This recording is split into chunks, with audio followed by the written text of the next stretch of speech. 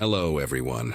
Before we start, make sure to like and subscribe to the channel, and leave a comment with where you're from and what time you're watching. That way, YouTube will keep showing you stories just like this one. Now, let's begin. The cruise was supposed to be our fresh start. Just me and my 6-year-old son Noah, sailing away from the messy divorce that had consumed the last 18 months of our lives. I'd saved for this trip for almost 2 years, picking up extra shifts at the hospital where I worked as a nurse, squirreling away every overtime dollar into a jar labeled New Beginnings. We boarded the ship in Miami on a humid Saturday morning in July 2018, and I remember thinking how massive the vessel looked from the dock. 12 decks of gleaming white metal and glass, with pools and restaurants and enough activities to keep Noah entertained for our 7-day Caribbean adventure. The other passengers seemed like typical cruise folks, families with kids, elderly couples celebrating anniversaries, honeymooners taking selfies against the railings. Noah was practically vibrating with excitement, clutching his little backpack with his Nintendo DS, and asking me every 5 minutes when we could go to the water slides.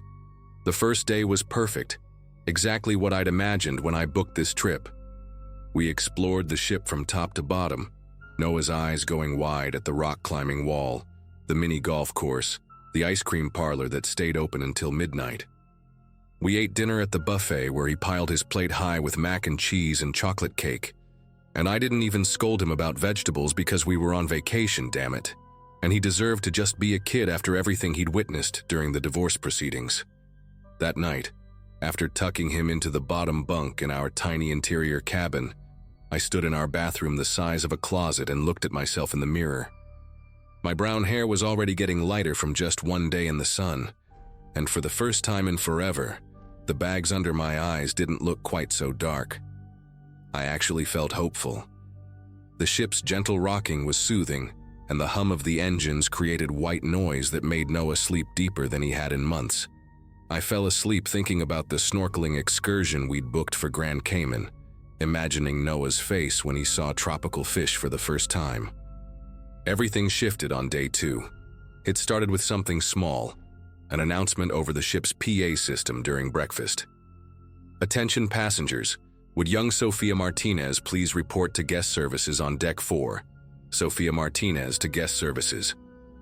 Noah was busy drowning his pancakes in syrup while I sipped my coffee, watching the ocean through the dining room's massive windows.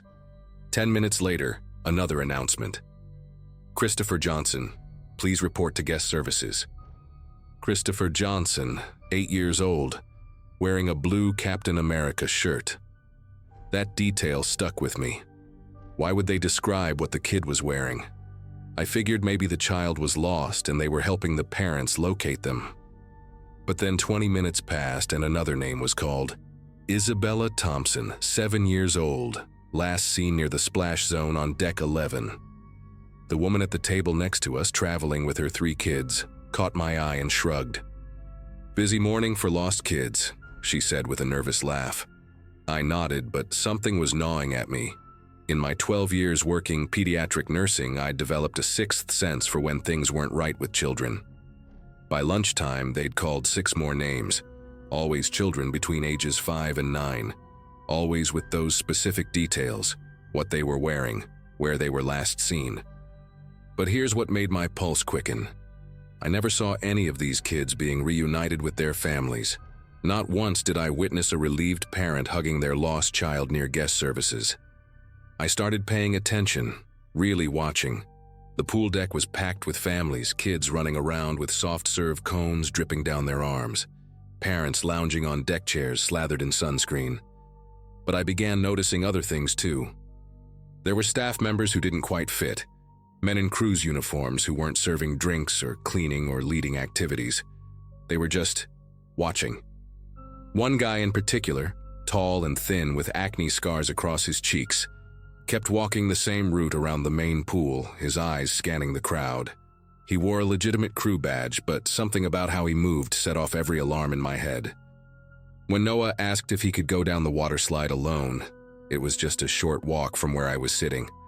I heard myself saying no, even though normally I would have let him. "But Mom, I'm not a baby," he whined. I pulled him closer and told him we'd go together in a few minutes. That afternoon, we were at the kids' club entrance on Deck 7. Noah wanted to join the treasure hunt activity, and I figured it would be safe. It was a supervised program in an enclosed space with security check-in. While I was filling out the permission form, a man approached us. He was maybe 40, clean-shaven, wearing the cruise line's bright yellow kids' club staff shirt with a name tag that read Kevin. But his shirt was too new, still had the fold creases from the package, and his name tag was slightly crooked. "Hey there, buddy," he said to Noah, completely ignoring me at first. "You here for the treasure hunt? Actually, we moved it to the arcade on Deck 12. Way cooler prizes up there. Want me to take you?" Noah's face lit up. He'd been begging to go to the arcade since we boarded. He took a step toward the man, and that's when my body reacted before my brain. I grabbed Noah's shoulder, probably harder than necessary. "We'll go together," I said, my voice coming out sharp. The man's friendly expression flickered for just a second, a flash of irritation, maybe anger, before the smile returned. "Oh, parents aren't allowed in this special event. Insurance reasons. But I promise he'll have a blast." The real kids' club supervisor, a young woman with a Brazilian accent, looked up from her desk. "Kevin? I don't know any Kevin, and the treasure hunt is right here, ma'am, in our main room." The man didn't run. That's what chilled me the most. He just walked away, casually, like nothing had happened. The supervisor called security, but by the time they arrived, he'd vanished into the maze of corridors and decks. Security took my statement, said they'd look into it, but their tone suggested this was just another paranoid parent overreacting. Noah was upset that we left without doing the treasure hunt, but I couldn't get my heart rate back to normal. I kept replaying the moment. How quickly Noah had been ready to go with this stranger. How the man knew exactly what would appeal to my son. We went back to our cabin, and I locked the door, putting the chain on, even though I knew it was probably useless. I let Noah play his DS while I sat on my bunk, trying to process what had almost happened. The announcements continued over the PA system. "Madison Walker, 9 years old. Please report to guest services." Every time I held Noah a little tighter. I started a list in my phone, writing down every name they called, the times, the descriptions. By dinner time, I had 14 names. 14 children whose names echoed through the ship's speakers, but who never seemed to materialize anywhere. That night I barely slept. Every creak of the ship, every footstep in the hallway outside made me sit up in the dark. Noah was out cold, but I kept checking on him, making sure he was still there in his bunk. Around 3 a.m., I heard voices in the corridor, hushed but urgent. I pressed my ear against the door and caught fragments. "Cozumel tomorrow. Easier at the port. The Mexican contact." Then footsteps moving away. I wanted to open the door, see who it was, but I couldn't risk leaving Noah alone, not even for a second. I spent the rest of the night sitting on the floor between his bunk and the door, my phone in one hand and the cabin phone in the other, ready to call security at the slightest sound. The next morning I was exhausted but wired on adrenaline. At breakfast I started talking to other parents, casually at first. "Hey, did you hear all those announcements yesterday? So many lost kids." Most hadn't really noticed. They were on vacation, drinks flowing, kids in various programs. But one mother, a pediatrician from Dallas named Jennifer, had noticed. She pulled me aside near the omelet station. "My daughter's friend from the teen club said she saw security footage being reviewed yesterday. 3 kids who were called over the PA were seen leaving the ship at Nassau Port with adults who weren't their parents. The staff told her it was a custody dispute thing, but..." She glanced around nervously. "Those kids' families never reported them missing." I asked at guest services. I felt like the floor had dropped out from under me. These weren't just announcements. They were shopping lists. Someone was using the PA system to mark targets, maybe to signal accomplices. The more I thought about it, the more it made horrible sense. International waters meant murky jurisdiction. ports in developing countries where documentation might be lax. A ship with thousands of passengers where kids naturally wandered off from parents. It was a perfect hunting ground. Jennifer and I exchanged numbers, promised to watch each other's kids, but I knew that wasn't enough. We were heading to Cozumel that day. The words I'd heard in the hallway suddenly taking on new meaning. I made a decision. We weren't leaving the cabin. I told Noah I wasn't feeling well, and miracle of miracles, he didn't argue much. Maybe he sensed my fear. We stayed locked in that tiny room, eating room service, watching movies on my laptop. But the announcements continued. Timothy Brooks, 6 years old, blue swimsuit, last seen near the mini golf course. Each name felt like a countdown to something terrible. The breaking point came on day 4. We'd stayed holed up through the Cozumel port day, but Noah was getting restless, crying about missing everything fun. Against my better judgment, I agreed to take him to the breakfast buffet early when it would be less crowded. We were there at 6:30 a.m., the dining room mostly empty except for a few elderly early risers. Noah was eating cereal when I noticed him, the acne-scarred man from the pool deck, now wearing a server's uniform, standing by the juice station but not actually working. He was watching us. When our eyes met, he didn't look away. Instead, he smiled and started walking toward our table. I stood up so fast I knocked over my coffee cup. "Noah, we're leaving. Now." But when I turned, another man was behind us. Younger, muscular, wearing a maintenance uniform. "Your son dropped this," he said, holding out a toy that wasn't Noah's. It was a distraction technique. I knew it instantly. The scarred man was now only 3 tables away. I grabbed Noah's hand and basically dragged him toward the nearest exit, but a third man appeared in the doorway. The fake Kevin from the kids' club. They were coordinating, boxing us in. That's when I did something I'm not proud of. I screamed. Not a help me scream, but a completely unhinged, "My child is having a seizure," scream that made everyone in the dining room turn. Noah looked at me in shock, but I pushed him to the floor and held his head, shouting for people to call medical. The elderly passengers rushed over, creating a crowd, and in the chaos, the 3 men melted away. They couldn't grab us with 20 witnesses surrounding us. Ship medical arrived with a wheelchair, and I kept up the act, saying Noah had childhood epilepsy, that I was a nurse, that we needed to get to the medical center immediately. Once we were in the medical bay with actual security present, I broke down and told them everything. The doctor, an older British woman named Dr. Whitmore, listened to my story while checking Noah over. She exchanged looks with the security chief, then quietly said, "You're not the first parent to report this. We've had 3 families leave the cruise early at previous ports after similar incidents."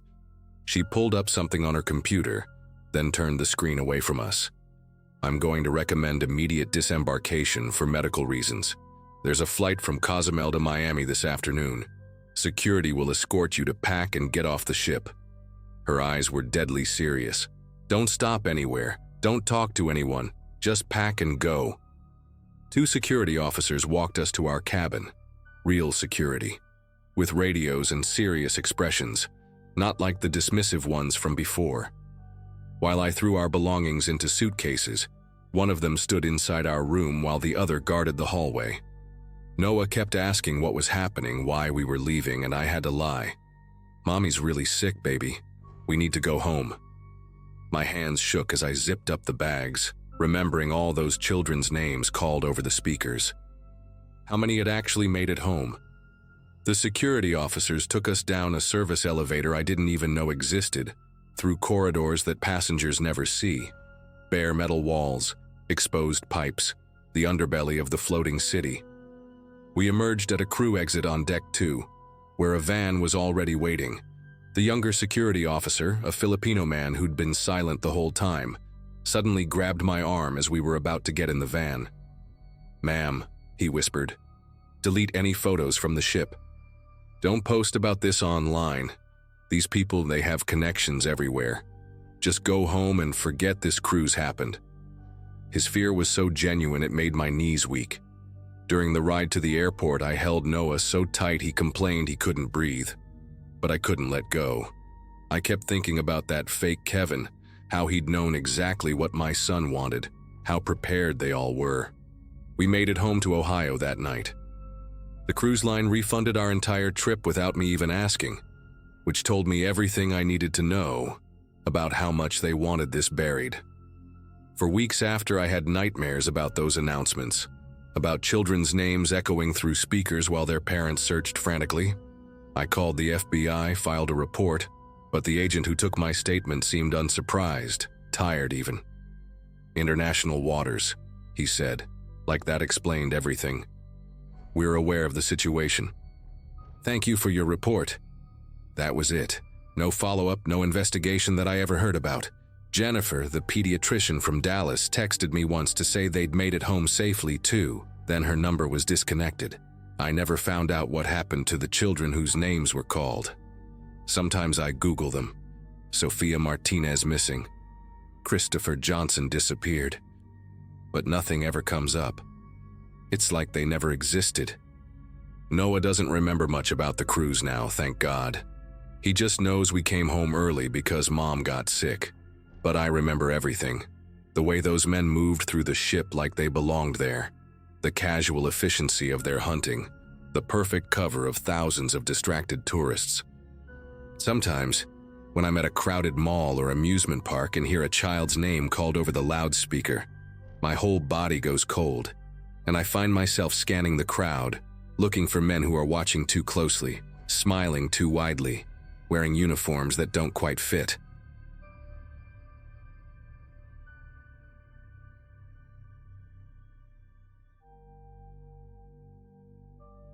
The Atlantic was rougher than usual that September, and most passengers had already retreated to their cabins by the time everything went sideways. I'd been on the ship for 3 days, one of those mid-sized vessels that runs the New York to Southampton route. Nothing glamorous but comfortable enough. My cabin was on the 7th floor, just a small room with a porthole that stayed fogged up from the temperature difference between the ocean air and the ship's heating system. After 8 years with Boston PD and another 2 running my own security consulting firm, I'd gotten pretty good at reading people, noticing patterns that didn't belong.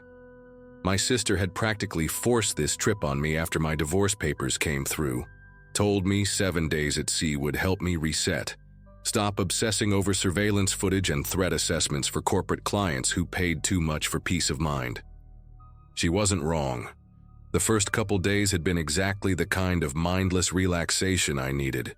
Mediocre food at the buffet, a comedy show that made me laugh exactly once, and long hours sitting on the deck watching the horizon bob up and down. Everything changed on night 3, right around 11:30 in the main lounge. I'd been sitting at the bar with a glass of bourbon, watching the bartender, a Romanian kid named Anton who couldn't have been older than 25, juggle drink orders from increasingly drunk passengers. That's when the shouting started near the casino entrance. 2 men, both in their 40s, expensive clothing but wearing it wrong, like they'd bought it specifically for this trip. The bigger one had shoulders that stretched his navy blazer to its limits, and when he shoved the smaller guy, it wasn't just anger. It was calculated, theatrical even.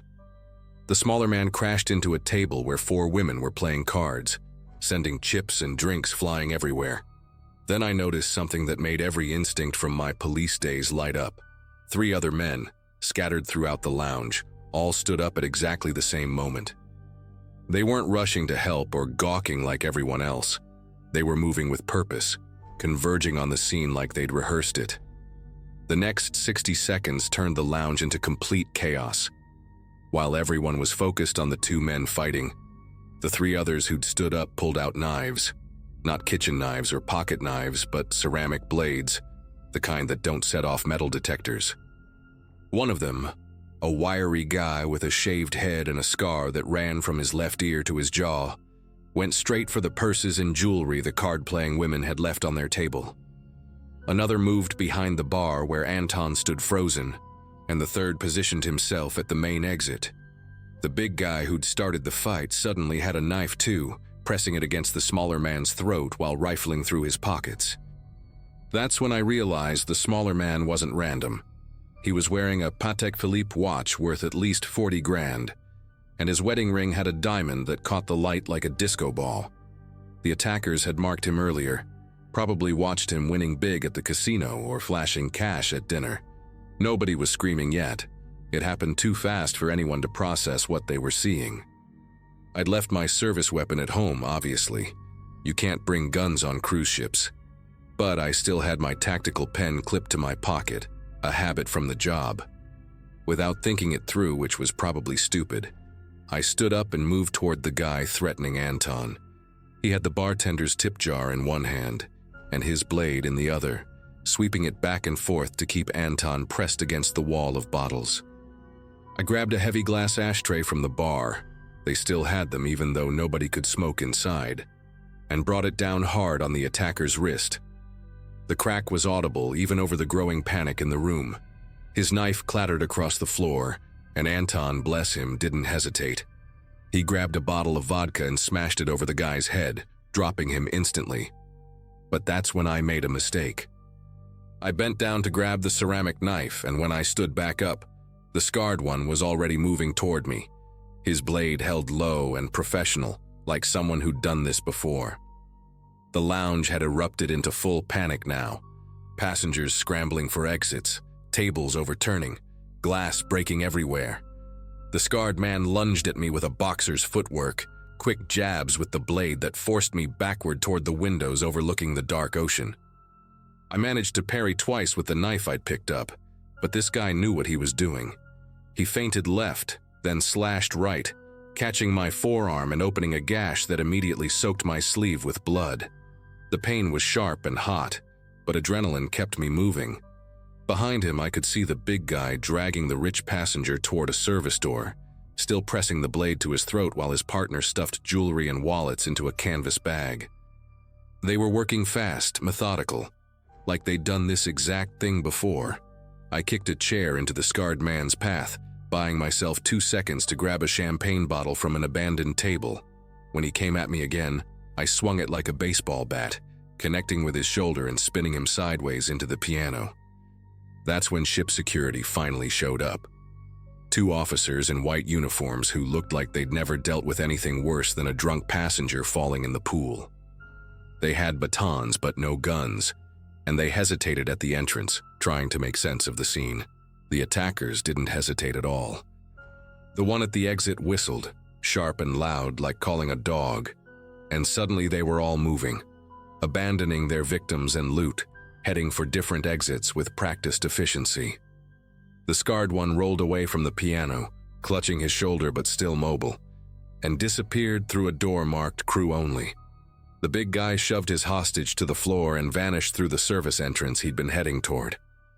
Within 15 seconds, they were all gone, leaving behind a lounge that looked like a hurricane had hit it.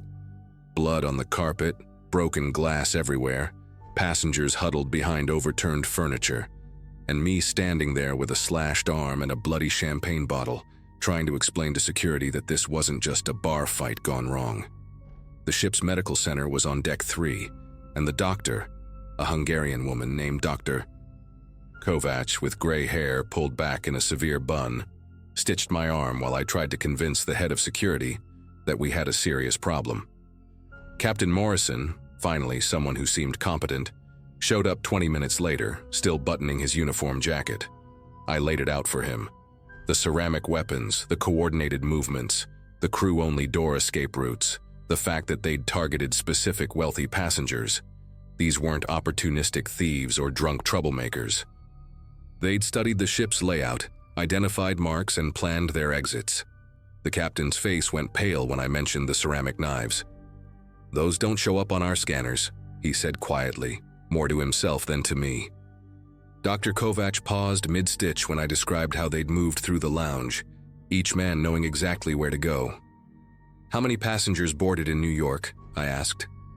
Morrison pulled out a tablet, scrolled through some files. 837, he said. "But we don't photograph passengers, only check passports against the manifest." I convinced Morrison to pull the security footage from embarkation day, and we spent the next 3 hours in a cramped office behind the bridge, watching grainy video on monitors that looked like they hadn't been upgraded since the 90s. Anton, who'd insisted on helping after his shift ended, turned out to have a photographer's eye for faces. He spotted them first, 5 men who'd boarded separately but all within the same 30-minute window, each carrying similar black duffel bags, each walking with that same controlled gait I'd noticed in the lounge. They'd spread out immediately after boarding, no acknowledgement of each other, but the timing was too perfect to be coincidence. We tracked them through the ship's cameras over the next 2 days. They ate at different restaurants, used different pools, never appeared together in public. But Anton noticed something I'd missed. They all had cabins on deck 2, the cheapest interior rooms, all in the same corridor. Who books 5 separate interior cabins on a transatlantic crossing? Anton asked, and that's when it clicked. I asked Morrison to check the booking records. All 5 reservations had been made on the same day, 6 weeks ago, all paid with prepaid credit cards, all using different travel agencies, but with sequential booking reference numbers. Morrison wanted to search their cabins immediately, but I stopped him.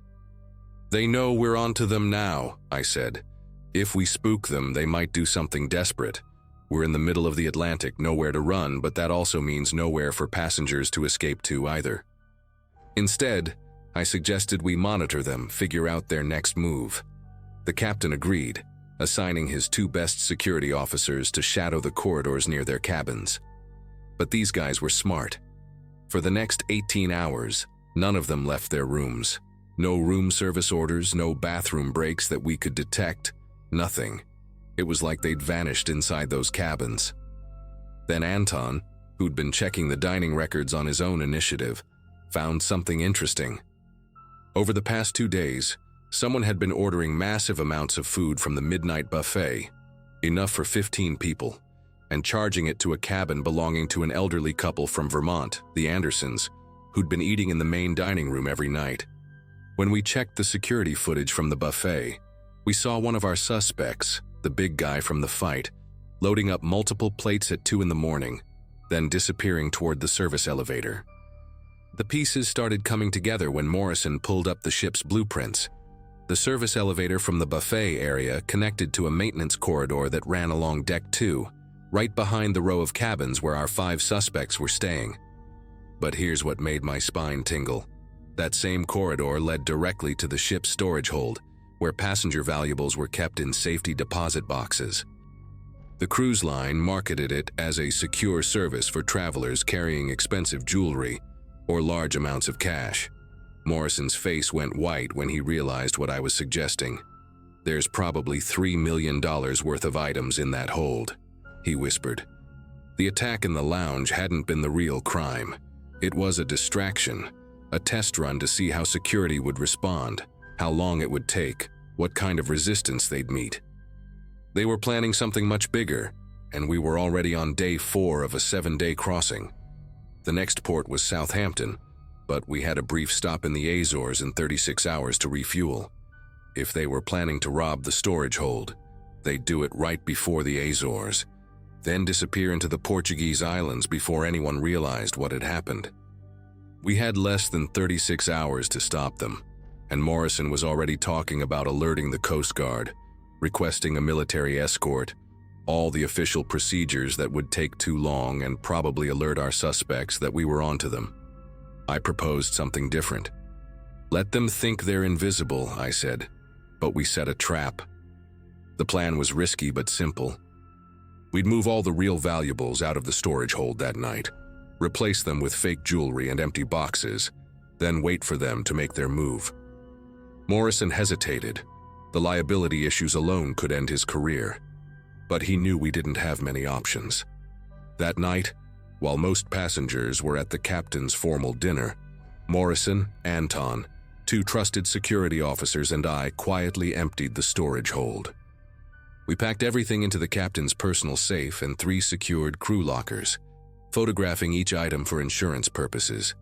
Anton had a cousin who worked in the ship's theater, and we borrowed costume jewelry, spray-painted rocks to look like gold bars, even filled some boxes with poker chips from the casino. By 4 in the morning, the storage hold looked exactly the same, but contained nothing worth more than a few $100s. The waiting was the worst part. 28 hours passed with no movement from their cabins. I started to doubt myself, wondering if maybe I'd misread the whole situation. Then, at exactly 3:15 a.m. on our last night before the Azores, the ship's fire alarm went off in the kitchen, a grease fire that required all available crew to respond. Except I'd been watching the kitchen cameras, and there was no fire. Someone had triggered the alarm manually. Morrison and I stayed hidden in a maintenance closet near the storage hold, while chaos erupted above us. Through the door's vent, we heard footsteps, multiple sets, moving fast, but quiet. They had a key card that shouldn't have existed, opening the hold like they owned the place. We waited until all 5 were inside. Then Morrison hit the emergency lockdown he'd rigged earlier. The magnetic locks engaged with a solid thunk, trapping them inside with their worthless haul. When security opened the door 20 minutes later, the 5 men were standing among scattered costume jewelry and spray-painted rocks, their canvas bags half filled with fake gold bars. The scarred one actually laughed when he realized what had happened, shaking his head like he appreciated the play. Portuguese police were waiting when we docked in the Azores 6 hours later, and the FBI met us in Southampton with a warrant for the whole crew. Turns out these guys were part of a Romanian crime ring that had hit 3 other cruise lines in the past 2 years. Always with the same method. Board with fake identities, create a distraction, then clean out the ship's valuables before vanishing at port. The FBI agent told me they'd stolen over $12 million total, always picking transatlantic routes where security was lighter and passengers carried more cash and jewelry. The ceramic knives were custom-made in Prague, designed specifically to beat ship security. What really got me was finding out about the inside help. A crew member in reservations had been feeding them information about wealthy passengers and cabin assignments for a cut of the profits. They caught him trying to board a flight to Bucharest the day after we docked. Morrison offered me a job as the cruise line's new head of security, but I turned it down. The ocean's beautiful and all, but I'll stick to land where criminals can't trap you in a metal box for 7 days. Anton ended up testifying at the trial and used the reward money to open his own bar in Boston. He named it the Ceramic Knife, which I told him was terrible marketing, but he didn't care. Sometimes I stop by for a drink and we talk about that night, how close those guys came to pulling off the perfect heist. My arm healed up fine, just left a thin white scar that aches when it rains. Every time I see a cruise ship advertisement now, I wonder how many people realize they're basically volunteering to be locked in a floating city with complete strangers, hoping everyone's exactly who they claim to be.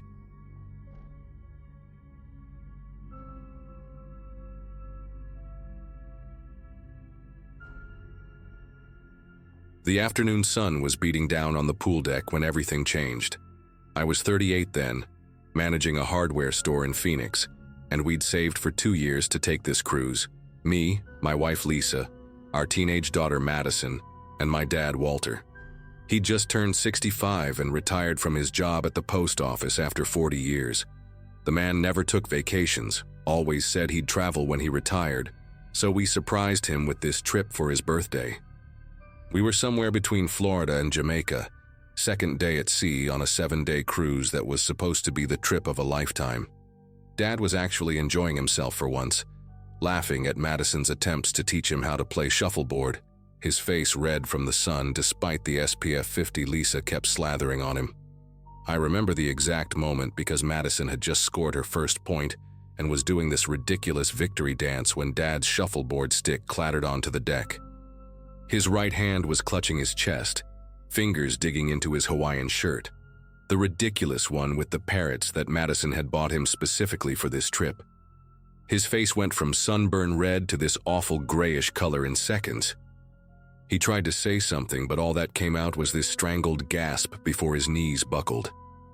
I caught him before he hit the deck, and his weight nearly took me down with him. His eyes were wide, terrified, and he kept grabbing at his chest like he was trying to tear something out. Lisa started screaming for help, while Madison stood there frozen, still holding her shuffleboard stick like she didn't understand what was happening. A crew member in a white uniform appeared within maybe 30 seconds, felt like hours, and immediately called for medical on his radio.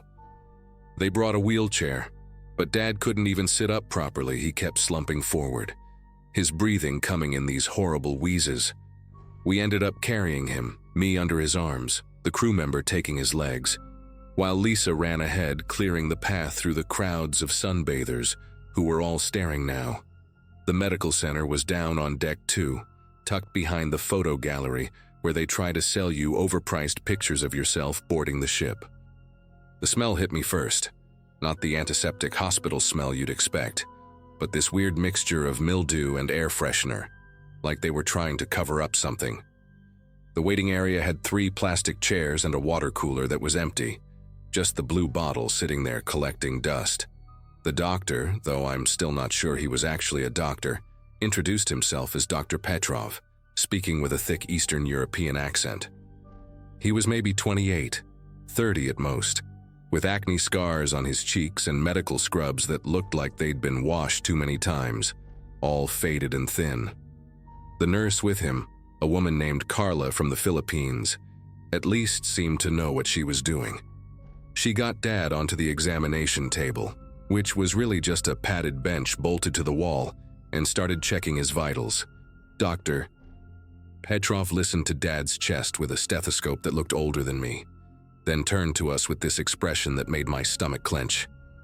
"Is probable cardiac event," he said, like he was telling us Dad had a cold. "We give aspirin, monitor. Next port is 10, maybe 12 hours. He's stable enough." But Dad didn't look stable. His lips had this bluish tinge, and he kept clutching at his chest, tears streaming down his face from the pain. Lisa lost it then, and I'd never seen my wife like that in 16 years of marriage. She grabbed Dr. Petrov by his faded scrubs, actually grabbed him, and started shouting about helicopters, about calling the Coast Guard, about doing something real instead of just watching her father-in-law die.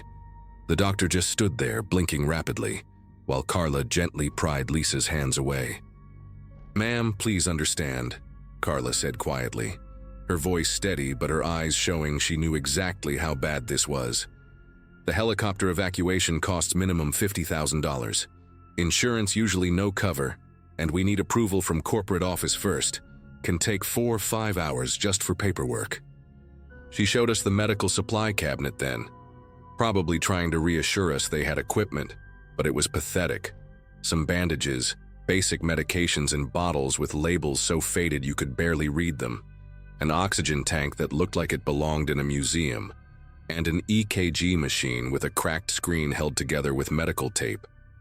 Dad started vomiting then, this violent heaving that had him crying out in pain with each spasm. Dr. Petrov seemed genuinely surprised, like this wasn't in whatever manual he'd memorized. He fumbled with the oxygen tank, trying to get the mask on Dad's face, but the elastic strap snapped the moment he stretched it. He had to hold it manually while Carla searched for tape. I asked about nitroglycerin, about clot-busting drugs, about anything I'd heard of from medical shows, and Petrov just shook his head. "We don't stock such things. Too expensive, expire too fast, corporate policy." That's when I noticed the defibrillator in the corner, covered in dust with a note taped to it that said, "Out of order, awaiting parts." Madison was sobbing in the corner, calling her grandfather's name, while Dad's breathing got more labored, each breath sounding like he was drowning in his own lungs. The next 3 hours were the longest of my life. We took turns holding that oxygen mask to Dad's face because they only had 1 roll of medical tape, and it wasn't strong enough to hold the weight. Carla kept checking his pulse manually because the heart monitor's battery was dead, and the replacement was on order from corporate. Dr. Petrov disappeared for an hour, and when he came back, he smelled like cigarettes and wouldn't meet our eyes. Around hour 2, Dad started having what Carla quietly called episodes. His whole body would go rigid, eyes rolling back, lasting maybe 20 or 30 seconds each time. After the third one, even Petrov looked scared. He finally admitted he'd only been working cruise ships for 3 months, that he'd been a general practitioner in Romania for just 2 years before this, mostly dealing with colds and stomach bugs. The cruise line had hired him because he'd work for a third of what American doctors wanted. I'll never forget the conversation with the cruise director who showed up around hour 4. Gregory something or other, this spray-tanned guy in his 40s with veneers so white they hurt to look at, wearing a uniform with more fake gold than a costume shop. He walked in while Dad was mid-episode, waited for it to pass like it was just an inconvenience, then launched into this rehearsed speech about liability and international maritime law. "Your father signed a waiver when he boarded," he said, pulling out his phone to show me the terms and conditions nobody ever reads. Section 47B clearly states that medical facilities are limited and guests travel at their own risk. When Lisa started crying harder, he offered us a 20% discount on our next cruise and free drink packages for the rest of this trip. I wanted to throw him through the porthole, but I couldn't leave Dad's side. His skin had gone from gray to almost translucent, and I could see the veins in his temples pulsing irregularly, sometimes racing, sometimes barely moving at all. By hour 6, other passengers had started gathering outside the medical center. Word had gotten around the ship, and people were recording with their phones through the small window in the door. Some woman from Kansas City actually knocked and asked if we could keep it down because they were trying to enjoy the comedy show next door. That's when I snapped. I stormed out into the hallway and told everyone exactly what was happening, how the defibrillator was broken, how they wouldn't call for evacuation, how the doctor admitted he wasn't qualified, everything. People started posting it on social media immediately. Within an hour, Gregory was back, this time with the captain, a Norwegian man named Eriksson who at least had the decency to look uncomfortable. They offered to call for evacuation now, but only if we signed papers absolving the cruise line of all responsibility, and agreed to pay all costs up front. They had a credit card machine right there, ready to charge us the $50,000 deposit. Madison was the one who thought of calling the news. While Lisa and I argued with the captain about the evacuation, she used the ship's Wi-Fi, $15 for 30 minutes, because even in an emergency they were nickel and diming us, to email every news station she could find. She sent them videos of the broken equipment, recordings of Gregory's speech about liability, pictures of the out-of-order defibrillator. CNN actually called back within 20 minutes, and suddenly Captain Eriksson's phone started ringing non-stop. The cruise line's corporate office was in full panic mode. They approved the helicopter evacuation, but by then we'd been in that moldy medical center for 7.5 hours. Dad had stopped having episodes, which Carla said wasn't necessarily good news. He was barely responsive, his pulse so weak she had to check it at his neck because she couldn't find it at his wrist anymore. The helicopter arrived at hour 9, and getting Dad up to the landing pad was a nightmare I still dream about. The ship's elevator to the upper deck was undergoing maintenance, so 6 crew members had to carry him up 4 flights of stairs on a stretcher that was held together with duct tape on one corner. One of the handles actually broke midway, and this kid who couldn't have been older than 19 had to bear Dad's weight on his shoulder. The wind on the top deck was brutal, the helicopter hovering but unable to land because the cruise ship's landing pad hadn't been certified in 3 years, another cost-cutting measure. They had to lower a rescue basket, and watching them load my unconscious father into it, his body limp as a rag doll while the basket swayed in the wind 30 feet above the deck, was the most terrifying thing I've ever witnessed. Lisa couldn't watch, and Madison filmed everything, later telling me she did it because she wanted evidence if something went wrong. Dad survived, barely. The doctors at the hospital in Fort Lauderdale said another hour, and he would have been gone. He'd had a massive heart attack, and the lack of proper treatment for those 9 hours had caused additional damage. His heart function was down to 30%. He spent 3 weeks in the ICU, had to have triple bypass surgery, and now, 2 years later, he still can't walk up a flight of stairs without stopping to rest. The medical bills hit $400,000, and the cruise line fought us on every penny, claiming we'd refused their initial treatment plan and created the delay ourselves by involving the media. We're still in litigation, but at least Dad is alive. The cruise line never admitted fault, just quietly settled the CNN story with a statement about reviewing their medical preparedness protocols. Dr. Petrov still works for them, just on a different ship. I know because Madison found him on social media, posting pictures from the crew deck, smiling like nothing ever happened. They did fix the defibrillator, though. That made it into their press release about their commitment to passenger safety.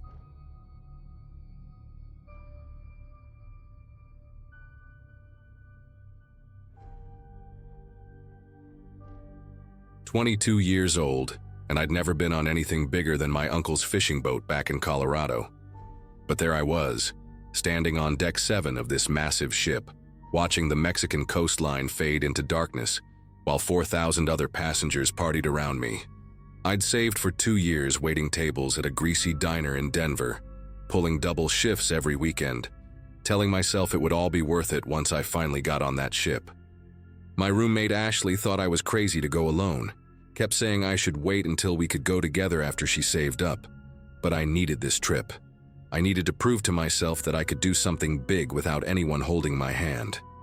The first 2 days had been incredible, snorkeling at our port stop, meeting other solo travelers at the poolside mixers, eating more shrimp at the buffet than any human probably should. That third night, I decided to splurge on the steakhouse, the one where you had to make reservations and pay an extra $70 just to walk through the door. The dining room had these floor-to-ceiling windows overlooking the ocean, candle-lit tables with actual cloth napkins, and servers who remembered your name after hearing it once. My waiter, this guy named Dominic with a thick Italian accent, recommended the ribeye with herb butter, said it was the best cut they'd gotten in weeks. When that plate arrived, I'm not gonna lie, I took like 5 photos before even picking up my fork. The steak was thick as a dictionary, charred black on the edges but bleeding pink inside, swimming in this green butter that had chunks of garlic and rosemary. First bite tasted a little metallic, kind of sharp on my tongue, but Dominic assured me that was just the dry aging process, something about enzymes breaking down the proteins. The couple next to me, the Brennans from Wisconsin, were celebrating their 40th anniversary, and Mr. Brennan kept joking that his steak was so good he might leave his wife for the chef. We laughed, shared travel stories, and I cleaned my entire plate, even sopping up the leftover butter with the complimentary bread. Around midnight, I woke up to my stomach doing these weird flips, like when you miss a step going downstairs and your whole body lurches. The room was pitch black except for this thin strip of moonlight coming through the balcony door, and the ship was rocking more than usual, making everything worse. I tried to ignore it, told myself I'd just eaten too much too fast, maybe mixed too many foods at once. But then came this sharp twisting pain right below my ribs, like someone was wringing out my intestines like a wet towel. I barely made it to the tiny bathroom before everything came up. The steak, the potatoes, the 3 mojitos I'd had at the pool bar earlier. All of it burning my throat on the way back up. The vomiting wouldn't stop. These violent waves that left me hugging the toilet, my whole body shaking and covered in cold sweat. Between episodes, I noticed something that made my chest tighten with panic. The vomit had this dark, almost coffee ground texture to it, and there were these red streaks that definitely weren't from anything I'd eaten. I tried calling guest services from the phone next to the bed, but the line just rang and rang. No answer. My roommate for the cruise, this girl named Bethany from Oregon who I'd been matched with through the solo traveler program, wasn't in her bed, probably still at the nightclub on deck 12. I grabbed my room key, shoved my feet into flip-flops, and stumbled out into the hallway. One hand pressed against my stomach, the other trailing along the wall for support. The corridors were empty, just these endless stretches of identical doors and that weird cruise ship carpet, with the swirling patterns that made my nausea worse. Every few steps, I had to stop and lean against the wall, breathing through my nose, trying not to throw up again. The infirmary was on deck 2, according to the map I'd studied on the first day, which meant taking the elevator down 5 floors. While waiting for it to arrive, I heard someone else retching behind a nearby door, then another door further down, these horrible gagging sounds echoing through the hallway. The elevator took forever, and when it finally opened, there were already 3 people inside, all of them looking as rough as I felt. This middle-aged man in a Disney cruise shirt was bent over, gripping the handrail, his face this greenish-gray color I'd never seen on human skin before. A woman, maybe in her 30s, was sitting on the floor in the corner, holding a plastic ice bucket that reeked of bile. Mascara streaked down her cheeks. A teenage boy was slumped against the back wall, his legs shaking so bad his knees kept knocking together. Nobody said anything. We just stood there in our misery as the elevator crawled down, stopping at every single floor to pick up more sick passengers. By deck 4, we were packed in like sardines, 12 or 13 of us, the air thick with the smell of sweat and vomit and fear. This elderly woman next to me kept whispering, "This isn't right, this isn't right," over and over, clutching a rosary in her trembling fingers. When the elevator doors opened on deck 2, I thought I was hallucinating. The hallway leading to the infirmary was packed with people, a line stretching all the way back to the crew quarters. There must have been 60, maybe 70 passengers, all in various states of distress. Some were sitting on the floor with their backs against the walls, heads between their knees. Others were standing but swaying, using the walls or their companions for support. I saw Mrs. Brennan from dinner, the sweet lady from Wisconsin, throwing up into a trash bag while her husband rubbed her back, his own face pale and sweaty. There were parents carrying limp children, a pregnant woman crying while her partner fanned her with a cruise brochure, and near the front of the line, a man had actually passed out, lying flat on that ugly carpet while his wife screamed for help. The smell hit me like a physical force, human waste, vomit, and underneath it all, this metallic scent that reminded me of the steak from dinner, making my stomach clench all over again. I took my place at the end of the line, sliding down the wall until I was sitting on the floor, my knees pulled up to my chest. The woman next to me, still wearing her evening dress from whatever fancy event she'd attended, told me she'd been waiting for 2 hours already. 2 hours. She said the infirmary only had 1 doctor and 2 nurses for the entire ship, and they were completely overwhelmed. People who'd made it inside were coming back out saying the doctor was just giving everyone the same medicine, some generic anti-nausea pills, and sending them back to their rooms. No IV fluids for dehydration, no real examination, just pills and a pat on the back. The woman's husband had gone to find water somewhere, she said, because the crew had stopped responding to room service calls, and the nearest working water fountain was 3 decks up. Her lips were cracked and bleeding, and when she tried to stand up to adjust her position, her legs gave out completely, sending her crashing back to the floor. After another hour of waiting, barely moving forward in line, I watched a crew member in a white uniform push through the crowd, heading for the infirmary doors. People were grabbing at him, begging for help, for water, for information, but he just kept his head down and pushed forward.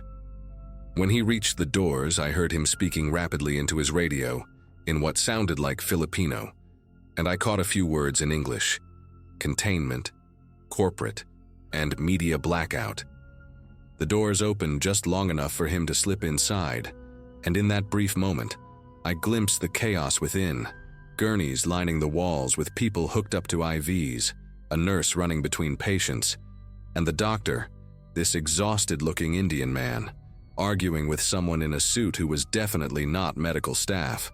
The suit was waving papers around, pointing at the sick passengers, shaking his head violently. Then the doors closed again, and we were left in the hallway with our suffering, the line not moving at all anymore. My dehydration was getting dangerous. I could feel it in the way my vision kept going dark at the edges, how my tongue felt like sandpaper against the roof of my mouth. The woman in the evening dress had stopped responding when people talked to her, just staring at the ceiling with glassy eyes. I knew I needed fluids desperately, but when I tried to stand up to go search for water, the hallway tilted sideways and I crashed into the wall, my legs like jelly. That's when this crew member, a young Filipino guy who couldn't have been older than 19, knelt down next to me. He looked around nervously, then pressed a half-empty water bottle into my hands, whispering in accented English that I needed to get back to my room immediately. He said the restaurant on deck 7, the fancy one where I'd eaten. Their freezer had broken 2 days ago, but management made them serve the meat anyway. Over 300 people had eaten there in the last 48 hours. He said corporate was flying in their own doctors tomorrow morning. But tonight, they were under strict orders to minimize treatment, to avoid creating a paper trail that could lead to lawsuits. Before I could ask him anything else, his supervisor appeared, barking at him in Tagalog, and he scrambled away. But his words kept spinning in my head as I sipped the precious water. Broken freezer, 300 sick people, minimizing treatment. I started noticing things I'd missed before in my misery. The crew members weren't drinking the ship's water. They all had sealed bottles from some external supplier. The security guards at the end of the hallway were wearing medical masks, something I'd never seen on a cruise before. And most telling of all, I spotted 2 passengers from first class, the ones who'd been at the captain's table that first night, being escorted through a side door directly into the infirmary, bypassing the entire line. The woman next to me saw it too and started crying, not from pain but from rage, realizing that even here, even in this nightmare, money determined who got saved first. She tried to scream about it, to alert the others, but her voice came out as barely a whisper, her throat too damaged from hours of vomiting. Around 5 in the morning, after I'd been in that hallway for nearly 5 hours, something shifted. The man in the suit came out of the infirmary with 2 security officers, and they started moving through the crowd, checking room numbers on people's key cards. When they got to me, the suit looked at his tablet, frowned, and told the security guards to escort me back to my room. I tried to protest, told him I needed medical attention, that I could barely stand, but he just smiled this cold corporate smile and said the doctor had determined I was well enough to recover in my cabin. The security guards lifted me up by my arms, and I was too weak to fight them. As they half-carried, half-dragged me toward the elevator, I heard the suit telling others the same thing, clearing out the hallway by force. The pregnant woman was sobbing, begging for help, but they just kept moving people out. The man who'd been unconscious on the floor was being loaded onto a luggage cart, his wife stumbling along behind, and nobody was even pretending to provide medical care anymore. They dumped me in my room and told me to stay there until further notice. That room service would bring me electrolyte drinks and crackers within the hour. Of course, nothing came. Bethany, my roommate, was in her bed, curled up in a ball, her sheets soaked with sweat. She'd been sick too, had tried to get help around 3 in the morning but never even made it to the infirmary, collapsing in the elevator. Another passenger had dragged her back to our room and left her there. We spent the next 18 hours taking turns in the bathroom, sharing the last of our bottled water, listening to the chaos in the hallway as more and more people got sick. I found out later when we finally docked in Mexico that 43 passengers had to be hospitalized immediately. 7 ended up in intensive care, and 2 elderly passengers actually died during that nightmare night at sea.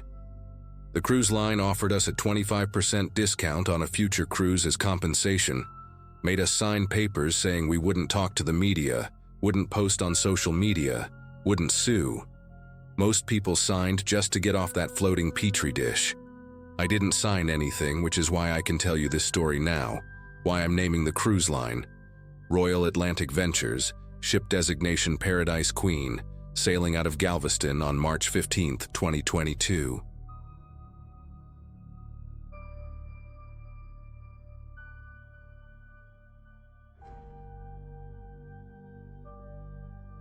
I spent 22 years fighting fires in Chicago, but nothing in all that time prepared me for what happened last April aboard the Celestial Dream. My daughter Megan had convinced me to take that Mediterranean cruise about 6 months after I retired. Kept saying I deserved it after all those years of service, that I needed to finally relax and see the world beyond smoke and sirens. She'd found this deal online, 10 days through the Mediterranean, and basically wouldn't take no for an answer. Even drove me to the airport herself to make sure I actually went. The ship was massive, one of those floating cities with 8 restaurants, 3 pools, and enough activities to keep 2,000 passengers busy for weeks. We'd been at sea for 4 days, had just left Barcelona that morning heading toward Nice, and I was actually starting to enjoy myself, learning to play shuffleboard with a group of retirees from Michigan who'd adopted me into their morning coffee club. The weather had been perfect the entire trip, That kind of Mediterranean sunshine you see in travel magazines. Calm seas that barely made you remember you were floating on thousands of feet of water. That afternoon started like any other. I just finished lunch at the buffet on Deck 7, grilled salmon with those fancy little potatoes they served every day, and was heading down to my cabin for a quick nap before the evening's entertainment.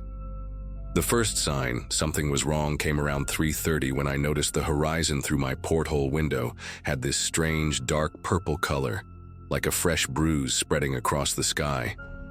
Then came the announcement from the captain, very calm, very professional, telling us we might experience some rough seas and suggesting passengers secure any loose items in their cabins. I remember thinking it was odd how the crew members I passed in the hallway were moving with this urgent efficiency, not quite running, but definitely not strolling, their faces tight with something I recognized from my firefighting days, that controlled concern professionals get when they know something civilians don't yet understand. Within 20 minutes, the ship started this slow, unnatural rocking that made my coffee mug slide across the desk in my cabin. I went out to the balcony, and what I saw made every instinct from 2 decades of emergency response kick in. Waves that looked like moving buildings, white foam spraying up higher than our deck, and that purple sky had turned into something biblical, clouds so black and low you could almost touch them. Other passengers were still walking around, some taking photos, completely oblivious to what was coming. But I started gathering my important stuff, passport, wallet, medications, and put them in a waterproof bag I always travel with, old habits from the job. I tried calling Megan, but the satellite connection was already getting spotty. Managed to send her a quick text saying we hit rough weather, but everything was fine. Didn't want to worry her. By 4 o'clock, they'd closed all the outdoor decks and the captain came back on. This time his voice had lost that casual tone, telling everyone to return to their cabins immediately and wait for further instructions. I couldn't stay in my cabin though, not with what I was seeing through that porthole. Waves that would disappear the entire view, then drop away to show nothing but angry gray water in every direction. I made my way up to Deck 5 where the main dining hall was, figuring if things went bad, I wanted to be somewhere with multiple exits, not trapped in a metal box 7 floors down. The dining hall was this massive space with floor-to-ceiling windows, crystal chandeliers. Must have had seating for 500 people easy, and right now it had maybe 30 confused passengers sitting at tables, trying to eat dinner while plates slid around despite the staff's attempts to steady them. That's when the first big wave hit. Not just rough seas anymore, but something that made the entire ship lurch sideways so hard that a grand piano on the stage broke free from its restraints and slid across the floor like it weighed nothing, crashing into the wall with a sound I'll never forget. Everything changed in seconds. Tables flipped, glass shattered everywhere, and people went tumbling across the floor mixed with food, broken dishes, and furniture that had become deadly projectiles. An elderly woman near me got thrown from her chair and slid 15 feet before hitting a pillar, her husband crawling after her while the ship tilted at an angle that shouldn't have been possible. The emergency alarm started blaring, this piercing electronic shriek that mixed with human screams and the sound of everything that wasn't bolted down, crashing from one side of the room to the other. I managed to grab onto a support column, helped pull a young couple behind it just as another wave hit from the opposite side, and this time I heard something structural give way, a deep groaning of metal that you feel in your bones more than hear. The lights flickered and went to emergency power, casting everything in this sick yellow glow, and through the windows all you could see was water, not sky and horizon like normal, just solid walls of black water rushing past like we were underwater. A crew member, this Filipino kid who couldn't have been older than 25, came stumbling through the chaos with blood running down his forehead, screaming for everyone to put on life jackets, pointing toward an emergency station near the entrance. Half the passengers couldn't even stand up with the ship rolling like it was, and I watched in horror as another massive wave visible through the window seemed to pause at the glass for a moment before smashing through, sending freezing seawater flooding across the dining hall floor. People were sliding in the water now, tables floating, and I heard someone yelling that water was coming up from the lower decks through the stairwells. The ship would tilt so far to one side that you were basically standing on the wall, then slam back the other way, and each time it happened, you could hear things breaking deep in the ship's belly. Expensive things, important things, maybe vital things. I managed to reach the life jacket station, started throwing the orange vests to anyone I could reach while trying to keep my footing on the floor that had become a river of seawater mixed with broken glass and debris. There was this family from somewhere in the Midwest, parents with 2 teenage kids, all 4 of them huddled together behind an overturned table. The father's arm bent at an unnatural angle, the mother holding a cloth napkin against a gash on her daughter's leg. I helped them into their life jackets, showed them how to pull the straps tight, and that's when the captain's voice came over the speakers again, except this time he was shouting the words nobody wants to hear on a ship. This is not a drill. All passengers and crew to muster stations immediately. Repeat, this is not a drill. The way he said it, you could hear the fear underneath the training, and that scared me more than the waves or the tilting or even the water rushing in. We tried to move as a group toward the muster station, but another wave hit, and suddenly the lights went out completely for about 10 seconds that felt like hours. Just total darkness, with invisible water sloshing around your legs, and people screaming from every direction. When the emergency lights kicked back on, I saw that the water in the dining hall was now waist-deep and rising fast, and through what was left of the windows, these waves that had to be 40, maybe 50 feet high, just mountains of water with white peaks that would lift the entire ship up like a toy before dropping it into the next valley. An older man next to me was having a panic attack, couldn't breathe, kept saying his wife was still in their cabin on deck 3, and I had to physically hold him back from trying to go down there because we could all hear it now. The sound of water rushing through the lower parts of the ship, doors banging open and closed, the deep creaking of a massive structure being pushed beyond what it was designed to handle. Getting to the muster station became like something out of a nightmare, where you're trying to run but can't move fast enough. We were basically climbing along the walls when the ship tilted, then sliding back down when it righted itself, all while fighting through water that was getting deeper by the minute. I saw a woman get swept away from her husband's grip, carried by the water toward the shattered windows, and 3 of us formed a human chain to pull her back, her face white with terror, coughing up seawater. The crew members who were supposed to be managing the evacuation looked just as terrified as the passengers. These young people who'd probably only ever done this in calm water drills, now faced with a ship that felt minutes away from rolling over completely. One of them, a girl with a thick Eastern European accent, was crying while she tried to do a head count. Her clipboard dissolved into wet pulp, mascara running down her cheeks as she kept repeating the evacuation protocols like a prayer. By the time we reached the muster station on deck 4, the situation had gone from dangerous to apocalyptic. The lifeboat area was chaos, with crew members trying to lower boats while the ship pitched so violently that the boats would swing out over the water, then come crashing back into the side of the ship. I watched one lifeboat get crushed like an aluminum can against the hull, just destroyed in seconds, and realized with this cold certainty that we might not have enough functional boats left, even if we could launch them.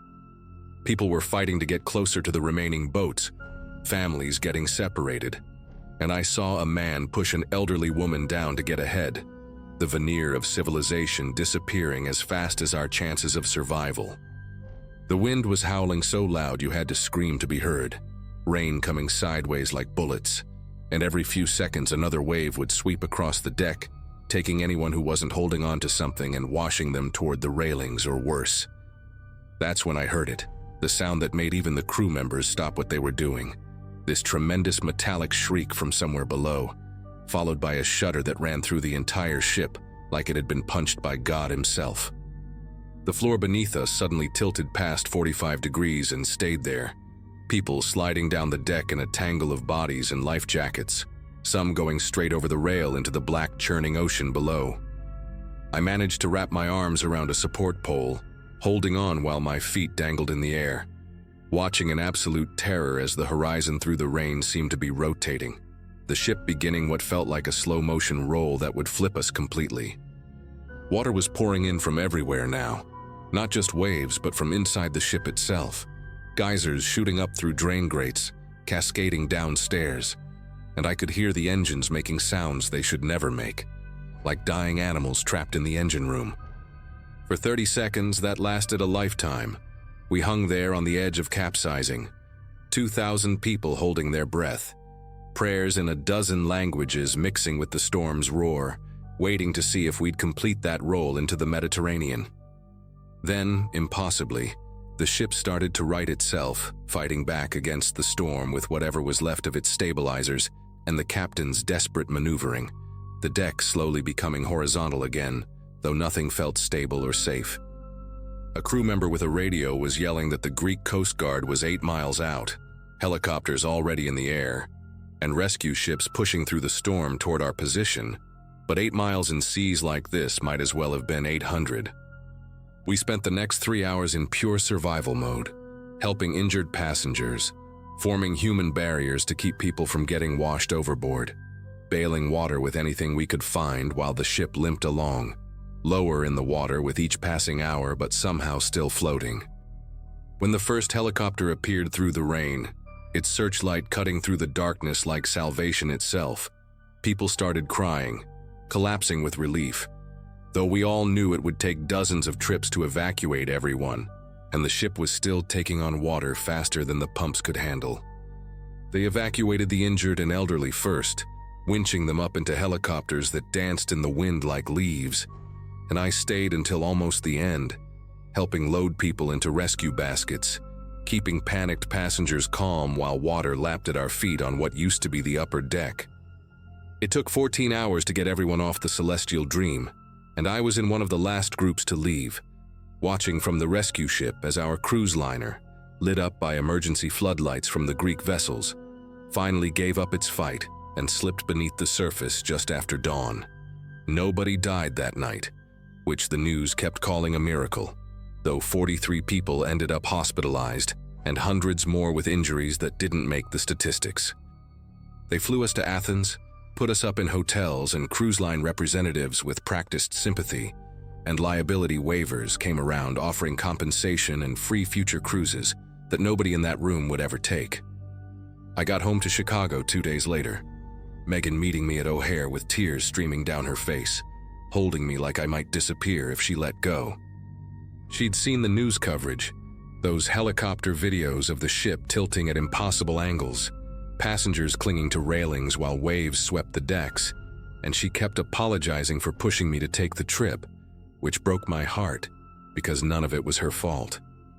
The official investigation blamed it on a rare meteorological phenomenon, a sudden pressure drop that created hurricane-force conditions in minutes, something that happens maybe once a decade in the Mediterranean.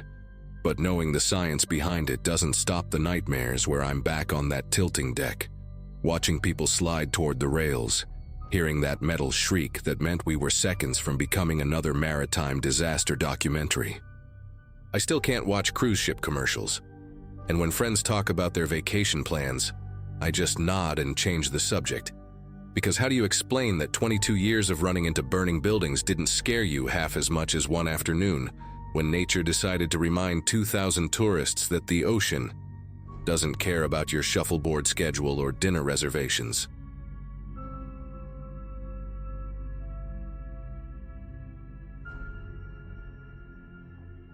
"5 months ago, I was just another burned-out ICU nurse desperately needing a break from 12-hour shifts and the constant beeping of monitors. After watching 3 patients code in a single week at the hospital in Houston where I worked, I finally cashed in 2 years' worth of savings and booked myself on a 7-day cruise through the Eastern Caribbean. The Ocean Jewel was one of those massive ships you see in commercials, 16 decks of pure escapism with pools, restaurants, and enough activities to make you forget that the real world even existed. I remember standing at the port in Port Canaveral, staring up at this floating city and thinking that for once in my life, I was going to completely disconnect and just let myself breathe. The first 2 days were exactly what I needed. Morning yoga on the upper deck, afternoon margaritas by the pool, and dinner at restaurants where I didn't have to eat standing up between patient rounds. Everything changed on the third night, somewhere between the Bahamas and our next port. I'd gone to bed early after too much wine at the captain's dinner, one of those fancy affairs where they parade the officers around and everyone pretends they're not already sunburned and exhausted. My cabin was on deck 7, nothing special but comfortable enough, with a tiny balcony where I could sit and watch the dark ocean roll by. Around 2:47 a.m., I know the exact time because I'd developed that nurse habit of always checking the clock when something wakes me. I heard what sounded like someone running full speed down the corridor outside my door. Then came the screaming, not just one voice but several, the kind of raw, terrified sounds that make your whole body go rigid. In the ICU, you learn to differentiate between types of screams, and these weren't drunk party guests having too much fun. These were people in genuine distress, and before I could even think about it, my feet were on the floor and I was pulling on the jeans I'd thrown over the chair. The corridor was chaos when I cracked open my door. 3 cabins down, a middle-aged couple stood in their doorway, the woman clutching a torn nightgown to her chest while her husband had blood running from a gash above his eyebrow. Their cabin door hung at an odd angle, the lock mechanism completely destroyed like someone had taken a crowbar to it.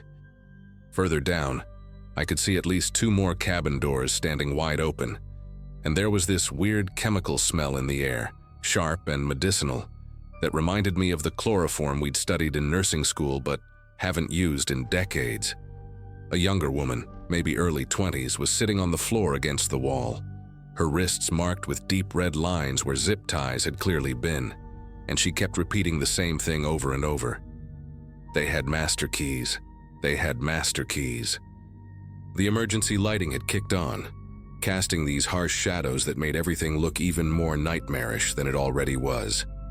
What really made my gut twist was seeing the crew members who responded.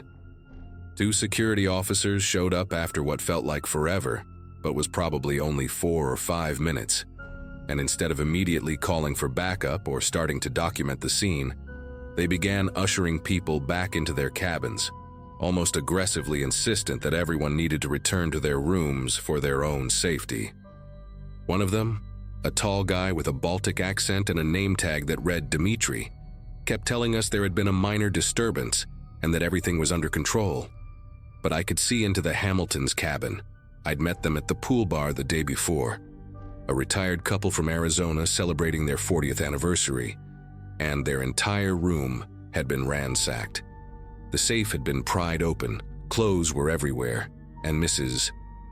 Hamilton was sitting on the bed with her hands still bound behind her back with those white zip ties that left deep marks in her skin. The security officer actually tried to block my view when he saw me looking, physically stepping between me and their doorway while insisting I needed to go back to my cabin immediately. Against every instinct screaming at me to help, I let them push me back toward my room, but not before I caught sight of something that made everything click into place. Near the emergency exit at the end of the corridor, there was a maintenance cart, one of those gray rolling things the housekeeping staff use, except this one had what looked like electronic equipment piled on top. The kind of signal jammers I'd seen demonstrated at a hospital security conference about protecting patient data. The cart was partially covered with a standard cleaning tarp, but I could see the corner of what was definitely a commercial-grade lock-picking gun, the expensive type that can open most hotel-style card readers in seconds. When Dimitri noticed me staring, he actually grabbed my upper arm, not hard enough to bruise but firm enough to make his point, and walked me back to my cabin personally. His partner, a shorter woman whose badge I couldn't read in the dim light, was already on her radio speaking in rapid Portuguese, and I distinctly heard her say something about damage control in English before switching back. I spent the next hour sitting on my bed with the door locked and a chair wedged under the handle, listening to the sounds outside gradually die down. My phone had no signal, which wasn't unusual in the middle of the ocean, but the ship's Wi-Fi was mysteriously undergoing maintenance when I tried to connect. Around 4 a.m., An announcement came over the PA system from someone claiming to be the hotel director, explaining that there had been an unfortunate incident involving a disturbed passenger who had been apprehended and confined. And they assured everyone that the situation was completely under control and that counseling would be available in the morning for anyone affected. But here's what that announcement didn't explain: why I could hear at least 5 different cabins reporting thefts when I pressed my ear to the door, or why the couple from cabin 7043 was describing 3 attackers, not 1. It definitely didn't explain why I heard that same security officer, Dimitri, telling someone on his radio to make sure the service elevator cameras stay off until we're done cleaning up.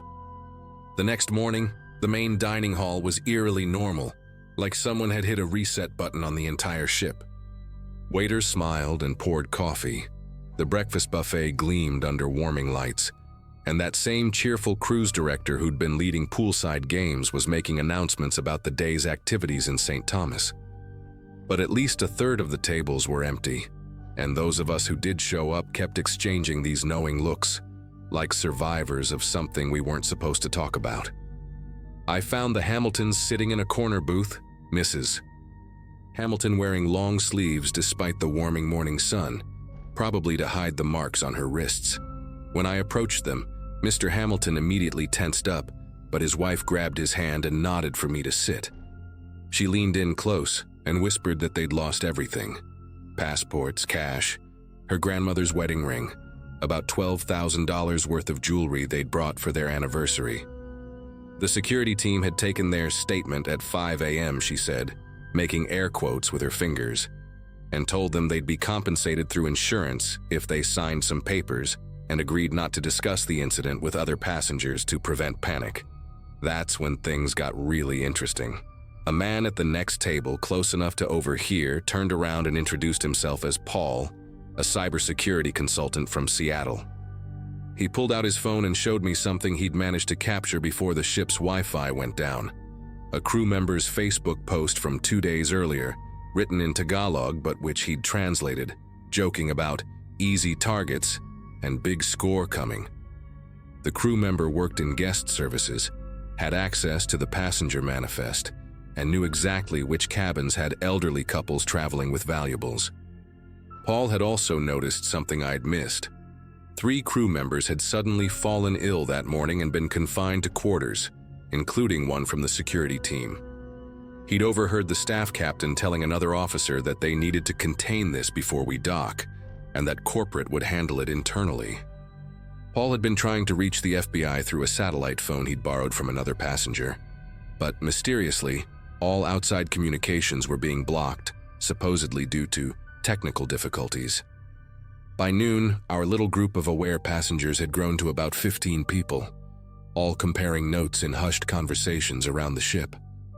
A woman named Janet from cabin 7039 revealed that she'd actually seen her cabin steward, a guy she'd been tipping generously all week, standing in her doorway at 2:30 a.m. with 2 other men she didn't recognize.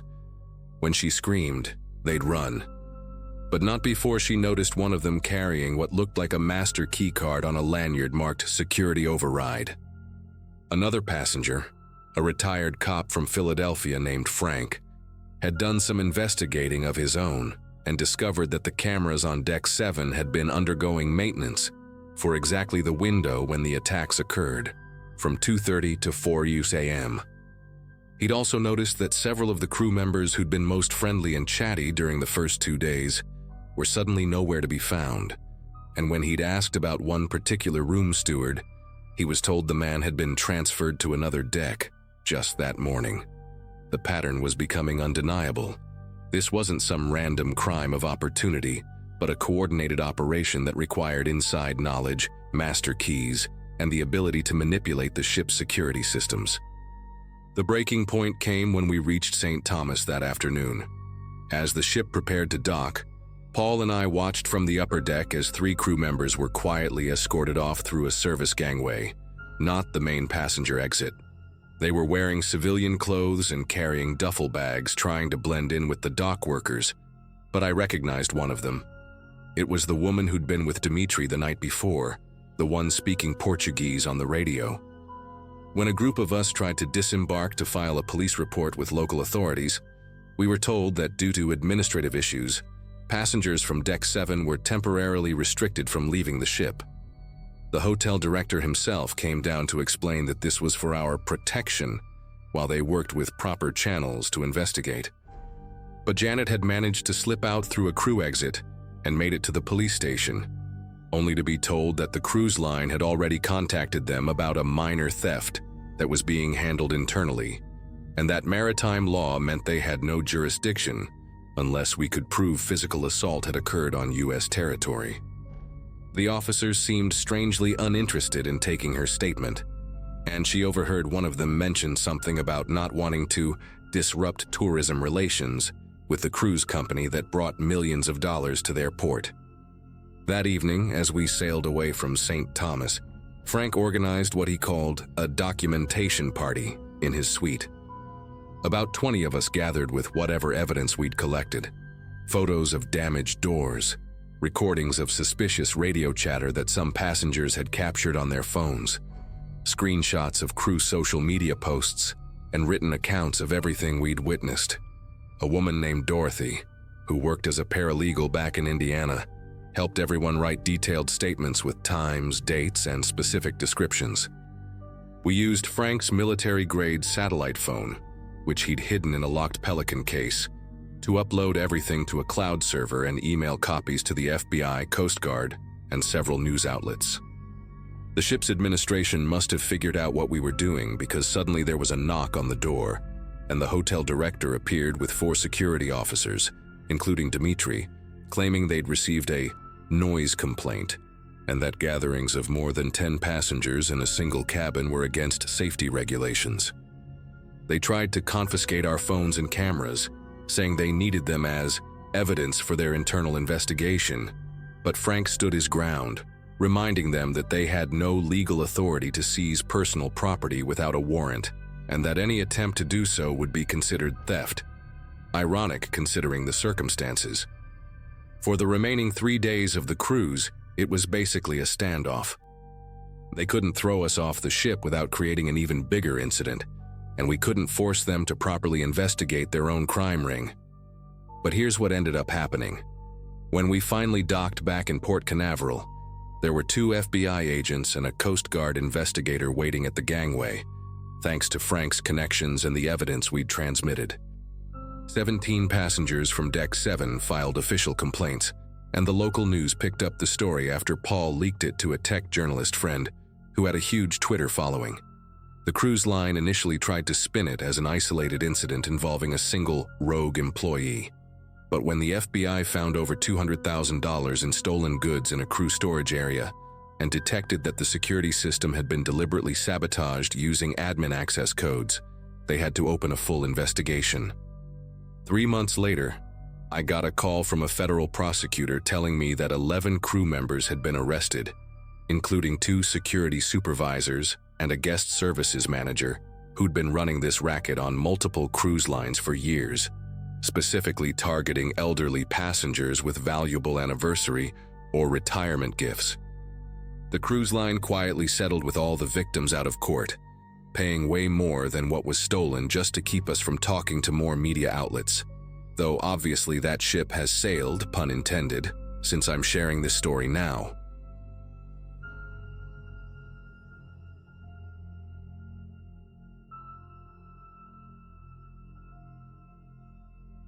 I was fresh out of high school when my closest friends and I decided to book a cruise as a graduation trip. There were 5 of us: Ethan, Claire, Jordan, Emily, and me, and we figured a week at sea would be the perfect way to mark the end of one chapter and the start of another. My life back then was simple: part-time job at a grocery store, college applications hanging over my head, and that restless energy of wanting something bigger. The cruise was supposed to be our escape, one last stretch of freedom before responsibility caught up with us. The ship itself felt like a floating city: bright casinos, all-night buffets, pools stacked on different decks. We spent the first couple of days bouncing from one activity to another, barely sleeping, drunk on the novelty of it all. But the vibe shifted late one night when Claire and I wandered past a staff corridor near the lower decks. We weren't supposed to be there, but the door to a service stairwell had been left propped open. That's where we heard two crew members talking in hushed voices. Their accents were different, but one phrase cut through clear. "The morgue compartments are already too full." At first, I thought I'd misheard. A morgue on a cruise ship wasn't something I'd ever considered. Claire grabbed my arm, eyes wide, and whispered, "Did you hear that?" We stood frozen in place, listening. One of the men sighed and said, "We'll have to mark the rest as medical incidents. No space left." They moved farther down the hallway before we could catch more. Claire wanted to bolt back upstairs immediately, but I convinced her to act normal. We told the others what we heard, and Ethan laughed it off, saying every ship had a morgue for emergencies. Jordan, though, looked unsettled and muttered, "Too full? That doesn't make sense." The strangeness turned into something darker a couple of nights later. Emily got into a heated argument with a bartender after she accused him of shortchanging her. She wasn't drunk, just stubborn and loud when she felt wronged. A supervisor stepped in, a tall man with slicked back hair and an expression that stayed unreadable no matter what Emily said. The fight fizzled out eventually, but not without her muttering she'd report him to guest services. That was the last time we saw her. The next morning, her bed was empty, her phone left charging by the nightstand, and none of her belongings looked disturbed. We reported Emily missing right away, but the response from the staff felt rehearsed. The supervisor she argued with claimed she'd been seen leaving a lounge with new friends around midnight, even though none of us remembered her saying anything about meeting anyone. The ship's security assured us they'd make announcements and check surveillance, but no announcement ever came. When we pressed again, they insisted she must have disembarked during a port stop, something that didn't add up, since all of her things were still in the cabin. It felt like we were being pacified instead of helped. That night, Ethan suggested we split up and quietly look around the restricted areas. He was half joking, but the longer we sat in that tiny cabin staring at Emily's untouched shoes by the door, the less like a joke it felt. Jordan managed to charm a cleaning lady into pointing out where the crew's access elevators went. Claire and I took one of them down, timing it between staff runs. The air grew colder the deeper we went, the carpet giving way to plain steel floors. When the doors opened, the smell hit us first. Industrial cleaner mixed with something metallic and sour, faint but undeniable. We didn't get far. A man in uniform rounded the corner, eyes narrowing the second he saw us. He asked what we were doing there, his voice calm but with an edge that made it clear we weren't welcome. Claire blurted something about being lost, and he walked us back up without another word. The silence on that elevator ride was suffocating. He didn't scold us, didn't threaten us, just stared straight ahead like we didn't exist. When we returned to the cabin, Ethan and Jordan were waiting, pale-faced. They claimed they'd overheard two crewmen talking by the loading bay about moving another one before morning. By the following day, rumors started circulating among passengers. Someone said a young woman had fallen overboard. Another insisted it was a medical evacuation. None of it matched what we knew.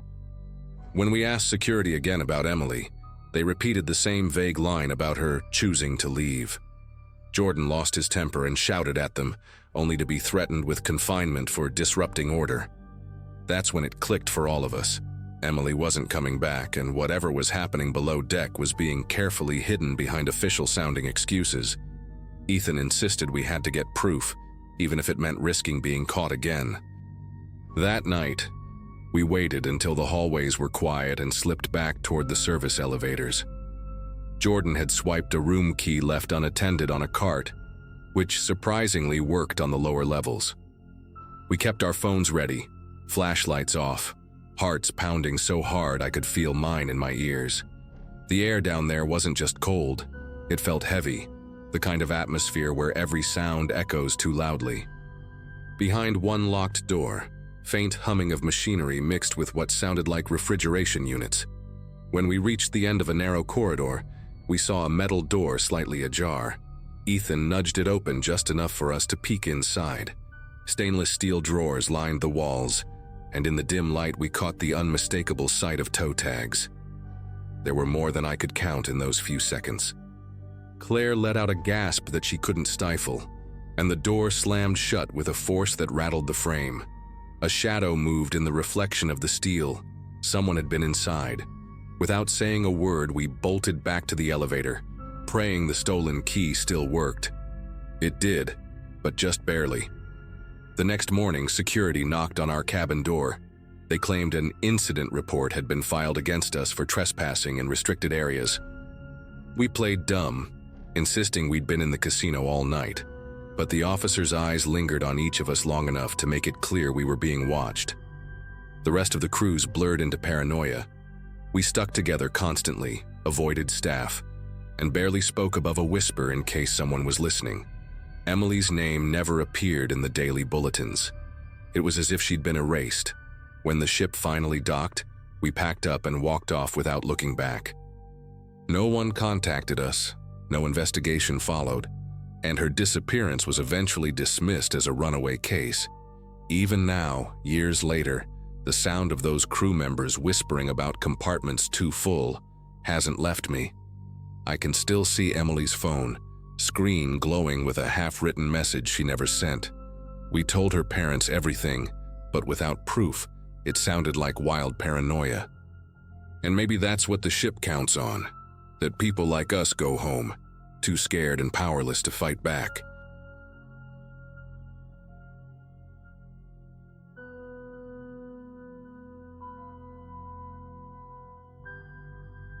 I booked that cruise because it was the cheapest way to see a bit of the world during my college break.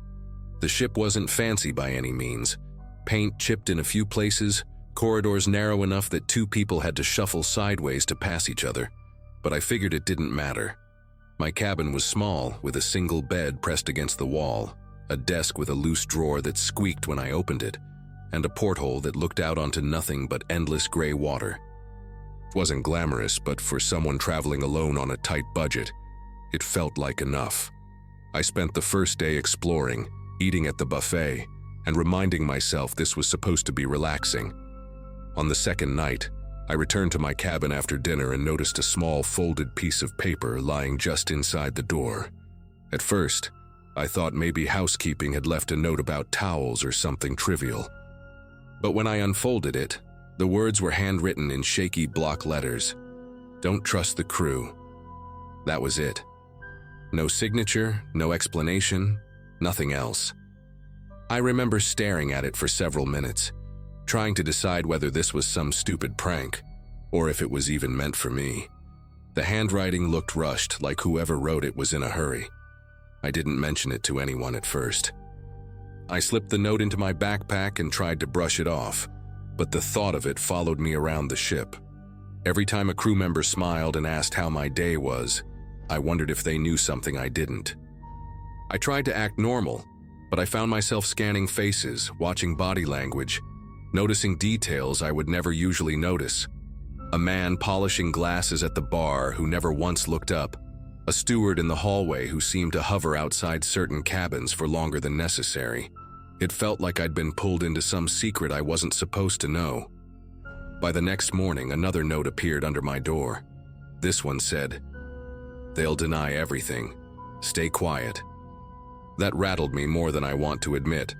I finally worked up the nerve to take both notes to the purser's desk, thinking someone would take it seriously. Instead, the woman behind the counter gave me a polite laugh, said passengers sometimes imagined things at sea, and told me not to worry. She slid the notes back toward me as if she didn't even want to hold them. Walking away, I felt embarrassed, like I'd been dismissed as paranoid, but a part of me couldn't shake the warning. After that encounter, I tried convincing myself it was just someone's idea of a joke, but things started to feel different around the ship. During breakfast, I noticed a guy I'd chatted with the day before, a student from another state traveling solo too, wasn't at his usual spot. I figured he overslept, but then at lunch he wasn't there either. By dinner, his chair remained empty, and no one mentioned him. No announcement, no casual. He disembarked early. He was just gone. The next day, it happened again with a woman I'd seen frequently reading by the pool. She always wore this wide-brimmed hat, easy to spot in a crowd. Suddenly, she wasn't there anymore. Her lounge chair stayed empty, her towel never picked up. I remember walking the deck in circles, half expecting to catch sight of her somewhere else, but she had vanished just as completely as the first guy. At that point, I started paying closer attention to who was traveling alone. A few of them simply stopped appearing. That night, I returned to my cabin and found a third note pushed under the door. My chest tightened the moment I picked it up. This one read, "You're not next, yet. Stay alert." That word, yet, sat in my head like a bell that wouldn't stop ringing.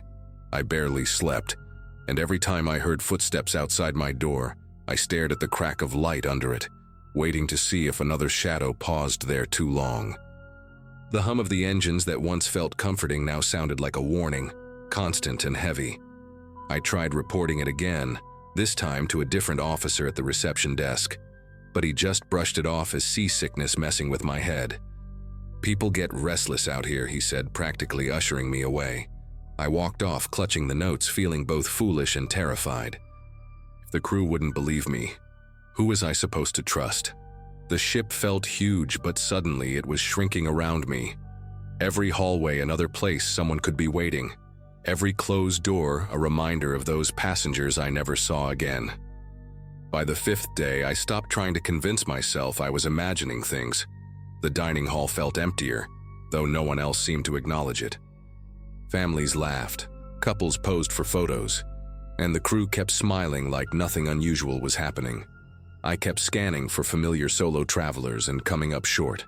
The absence was deafening. My own meals turned mechanical.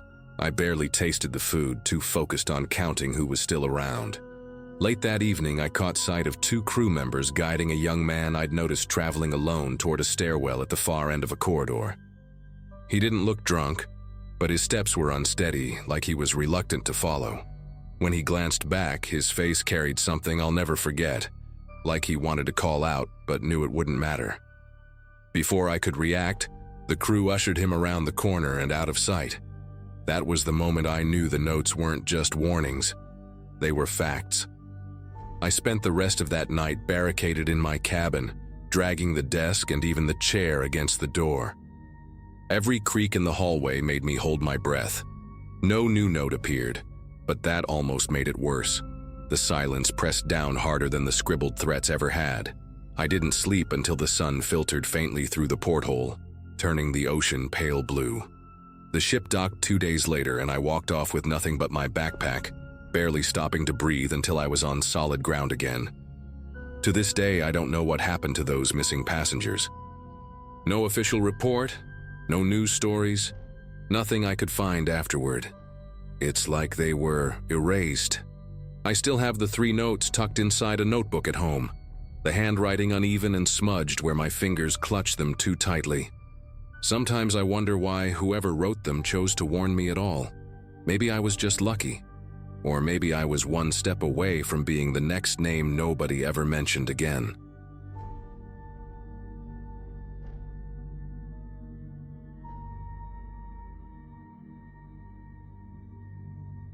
I signed up for that cruise because it was the cheapest option my friends and I could find.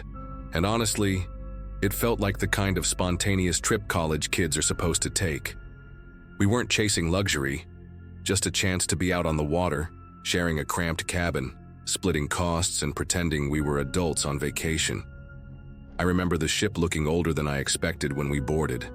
The paint dull, the metal railings already showing patches of rust, but we laughed it off. At that point, the only thing on my mind was how surreal it felt to be out at sea with my friends, away from assignments and campus noise.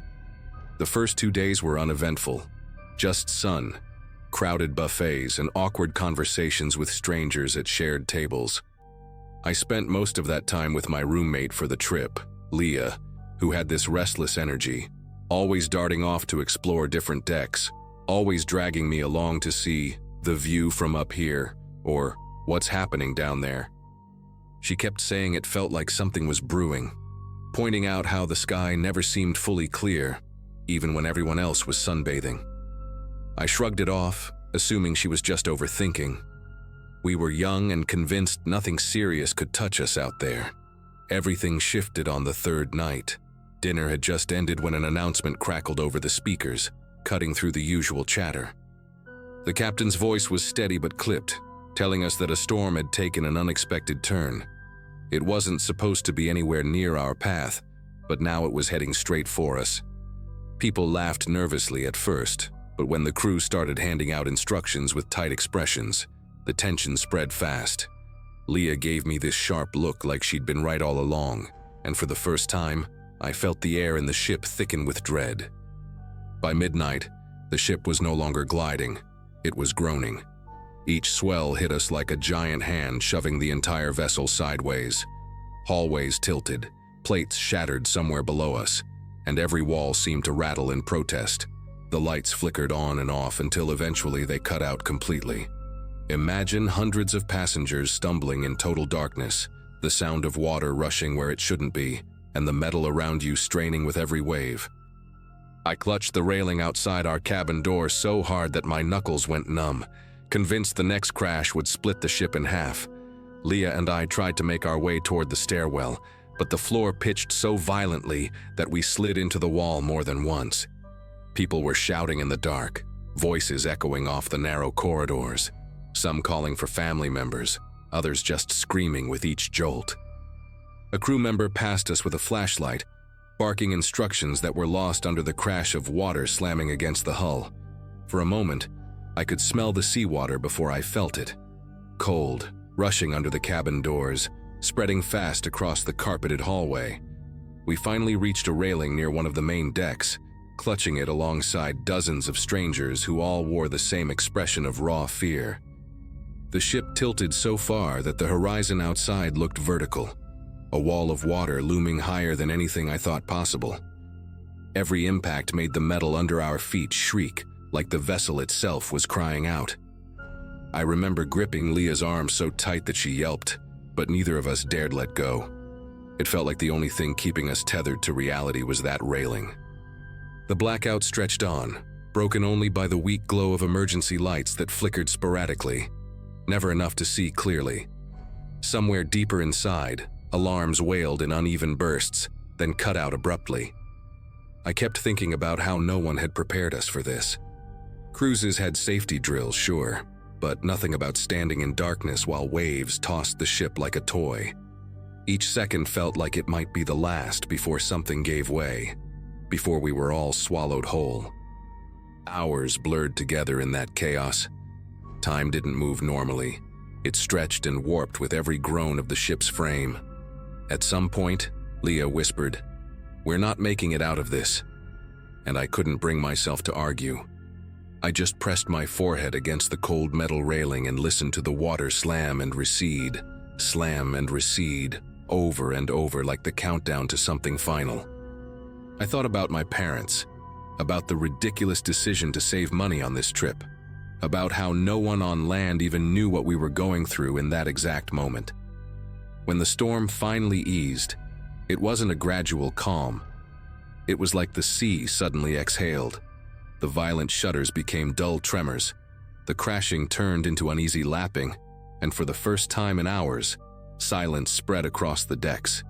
Emergency lights flicked back on, revealing pale faces and soaked clothes.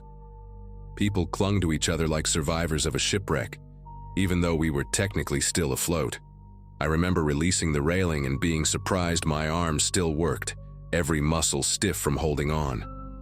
The crew eventually guided us back toward the interior, though most of the hallways were ankle-deep in water. Cabin doors hung crooked on their frames, and belongings floated past like debris in a flooded basement. Leah and I stumbled into our room to find our beds overturned, the ceiling tiles sagging from leaks. The air smelled like salt and diesel, sharp and heavy, sticking to my lungs with each breath. I don't think I slept at all that night. I just sat upright, waiting for the ship to start shaking again. The next morning, we learned that the storm had changed course so suddenly that the captain had no choice but to ride it out. Some people called him reckless, others called him a hero, but none of that mattered to me. What mattered was that the ship had held barely, and that I had stared at the ocean in its most violent form, and lived to tell about it. I remember watching the sunrise from the deck, the horizon calm and golden, as if the nightmare hours before had been a hallucination. But the warped metal railings and shattered windows were proof it had been real. Even now, years later, I can still feel that night whenever I hear strong winds outside my apartment, or when I walk past a building creaking in bad weather. It's not just the memory of fear, it's the helplessness, the realization that you're at the mercy of forces far bigger than yourself. That trip was supposed to be carefree and cheap, just another story from college. Instead, it left me with a memory I can't shake, of clinging to cold metal in the dark, waiting for the sea to decide whether I would live or not.